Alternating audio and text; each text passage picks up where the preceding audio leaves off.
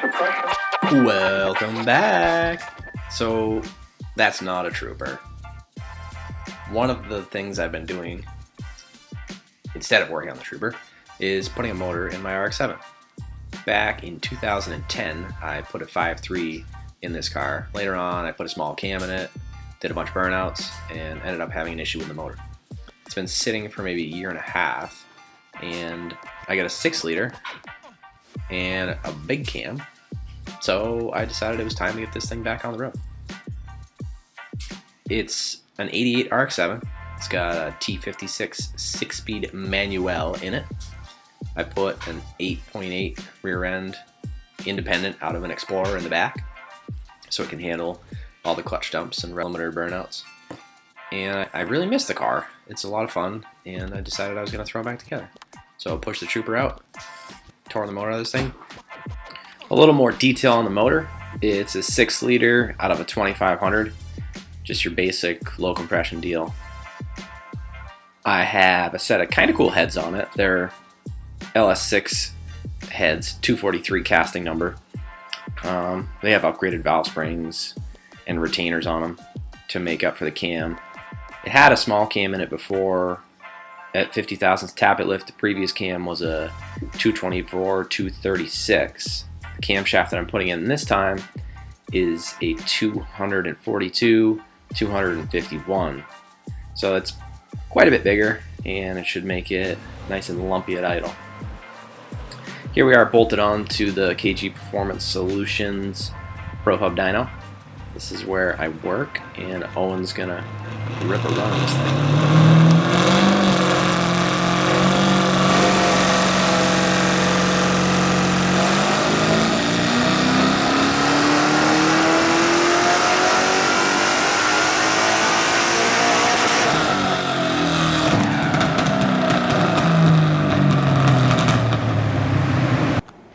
So this is the original VE table? Yep. And then this that's where we're at now. So from 5.3 small cam to 6.0 large-ish cam. Yep. Nice. Just kind of shifted the whole thing up. Yep. Did exactly what you'd expect it to. Yeehaw.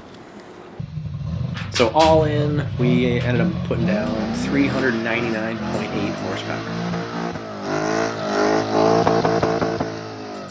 And it makes for good burnouts.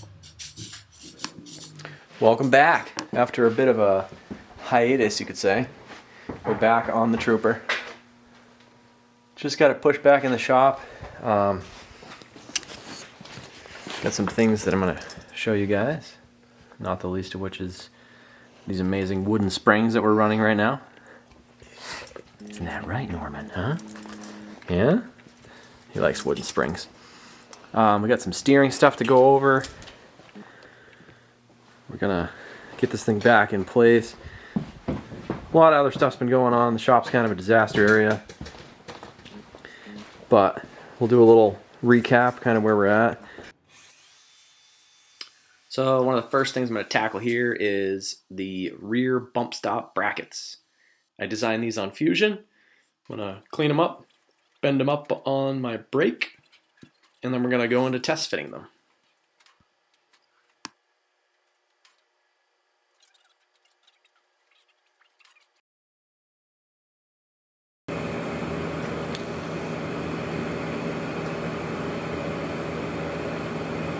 Here's the back of the trooper.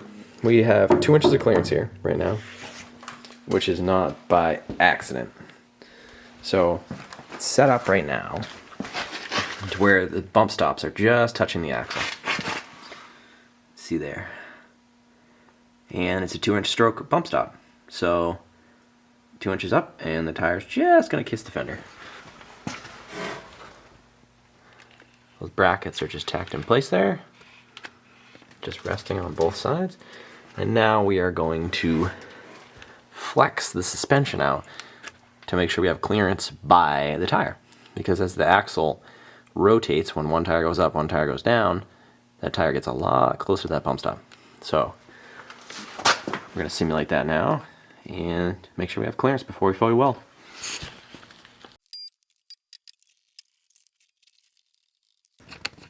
Okay. Can't see that well from that angle, so let's come over here. See how close we're getting? We still have a gap here. And let's see. Yeah, there's a decent gap. And I flipped these cans around backwards, so the bolts are actually on the inside. So if the tire does contact, it's a nice rounded, smooth surface. So it shouldn't damage the tire. Now, I believe that is the closest that it gets, but we're gonna maybe throw a ratchet strap on there once I run out of jack height, and we'll go up until the bump stop touches. Right now we're down, we have like 15 inches of droop from full bump, so 15 inches of travel right now. We're gonna keep going up with this tire and keep checking on that clearance.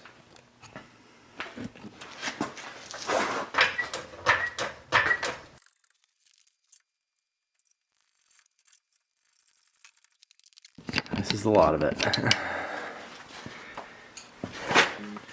The bump stop is actually compressing a little bit right now. We still have about the same amount of clearance. Over an inch, which is pretty good. Let's see how nicely that bump stop's contacting. See, it's still hitting that pad really well. This side, obviously, we have a bunch of clearance. Let's go. And we're just kissing there. So my idea is when you're flexing the suspension, that bump stop shouldn't compress much because there's not a lot of weight on it.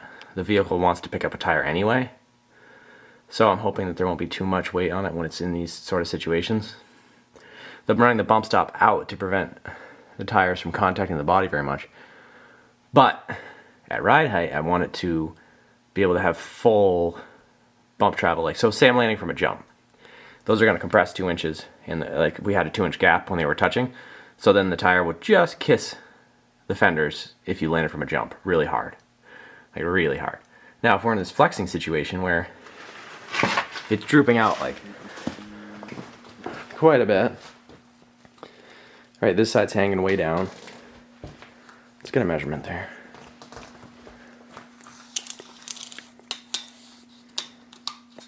Let's take a look. Yeah, so we're at 14 inches of drop on this side. We can go a scooch more if we want it, just to see.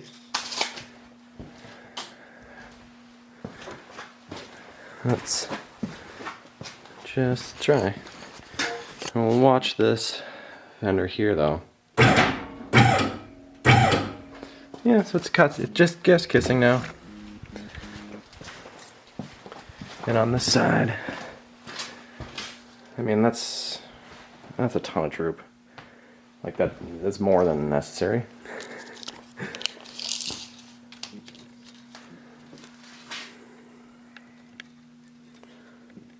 Yeah, 14.5 inches right there, which is like, it's excessive for a street driven deal with really heavy axles. I mean, you can just see that thing. And then imagine the front flexes the same amount. It's a ton of flex. I'm not worried about that. I mean, just showing how far the bump off is from touching. Plenty of clearance there, which I'm very pleased with. I don't really have much room to run it out further. So, yeah. I think that's where they're gonna live. I think we'll lay some beads on those things. Sweet.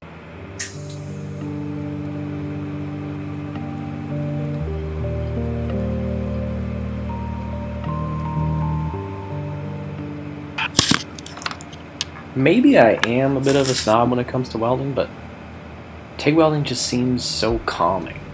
It's like a serene way of melting metal together. It's kind of beautiful.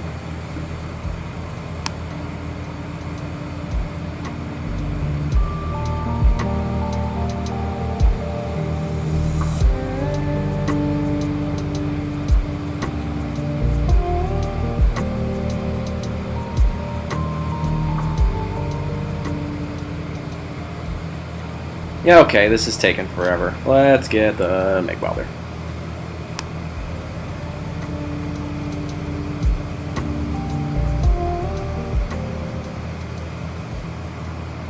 Oh, thank God, it's finally done.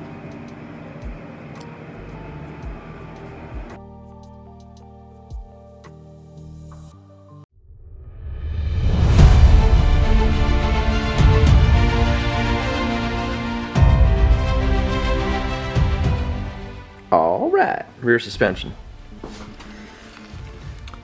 Badass trailing arms. Gotta tuck it in there. Got your coilover, shock tower. This thing's fully welded out now. There's our air bump.